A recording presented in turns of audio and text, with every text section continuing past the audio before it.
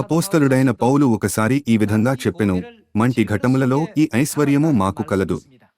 ఇది 2 కొరింథీయులకు 4వ అధ్యాయంలో వ్రాయబడెను. దేవుని యొక్క బహుమతి అమూల్యమైనది మరియు పరిశుద్ధమైనది.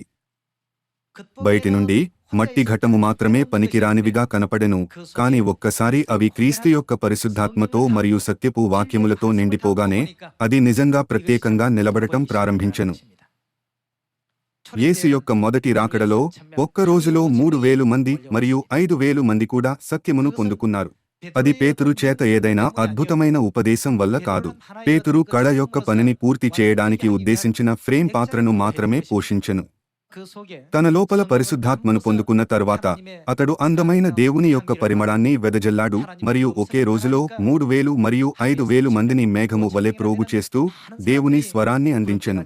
మనం ఈ దృశ్యాన్ని అపోస్తలుల కార్యములు 2లో కూడా చూడవచ్చు.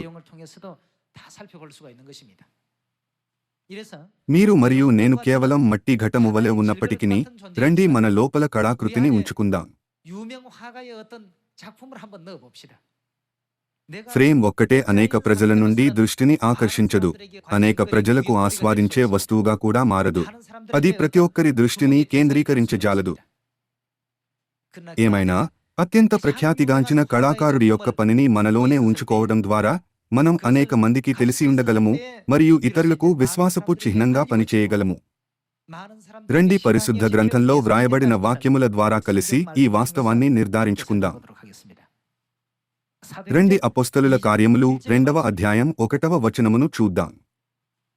పెంతెకొస్తను పండుగ దినము వచ్చినప్పుడు అందరూ ఒకచోట కూడియుండిరి. అప్పుడు వేగముగా వీచు బలమైన గాలివంటి యొక్క ధ్వని ఆకాశము నుండి అకస్మాత్తుగా వారు కూర్చుండియున్న ఇల్లంతయు నిండెను.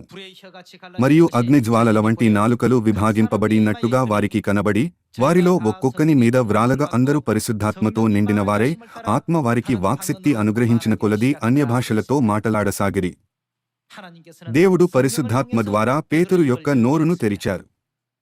ఒక్కసారి తన పైకి వచ్చే పరిశుద్ధాత్మ యొక్క శక్తి ద్వారా అతడు తన నోరును తెరిచినప్పుడు రోమాలోని ప్రఖ్యాత తత్వవేత్తల కంటే అనేక మందిపై గొప్ప ప్రభావాన్ని చూపే ఉపదేశాలను అతడు అందించగలిగెను. 38వ వచనముతో కొనసాగిద్దాం. పేతురు, మీరు మారుమనస్సు పొంది పాపక్షమాపణ నిమిత్తము ప్రతివాడు యేసుక్రీస్తు నామమున బాప్తిస్మము పొందుడి, అప్పుడు మీరు పరిశుద్ధాత్మ అను వరము పొందుదురు. ఈ వాగ్దానము మీకును మీ పిల్లలకును దూరస్థులందరికిని, అనగా ప్రభువైన మన దేవుడు తన యొద్దకు పిలిచిన వారికందరికిని చెందునని వారితో చెప్పెను. ఇంకను అనేక విధములైన మాటలతో సాక్ష్యమిచ్చి మీరు మూర్ఖులగు ఈ తరము వారికి వేరే రక్షణ పొందుడని వారిని హెచ్చరించెను. కాబట్టి అతని వాక్యము అంగీకరించిన వారు బాప్తిస్మము పొందిరి. ఆ దినమందు ఇంచుమించు 3,000 మంది చేర్చబడిరి. క్రీస్తు యొక్క నామంలో కేవలం ఒక్క రోజులో 3,000 మంది మారుమనస్సు పొంది బాప్తిస్మము పొంది సత్యములోకి మారగలిగారు. ఇది ఫ్రేమ్ యొక్క పాత్ర వల్ల కాదు, కానీ ఆ చట్రంలోనే అద్భుతమైన కళాఖండం వల్ల జరగవచ్చు.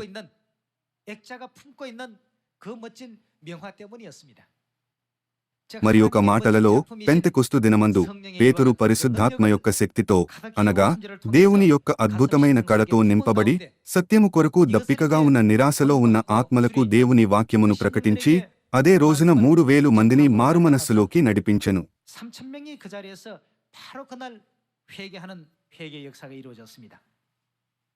కొనసాగిద్దాం.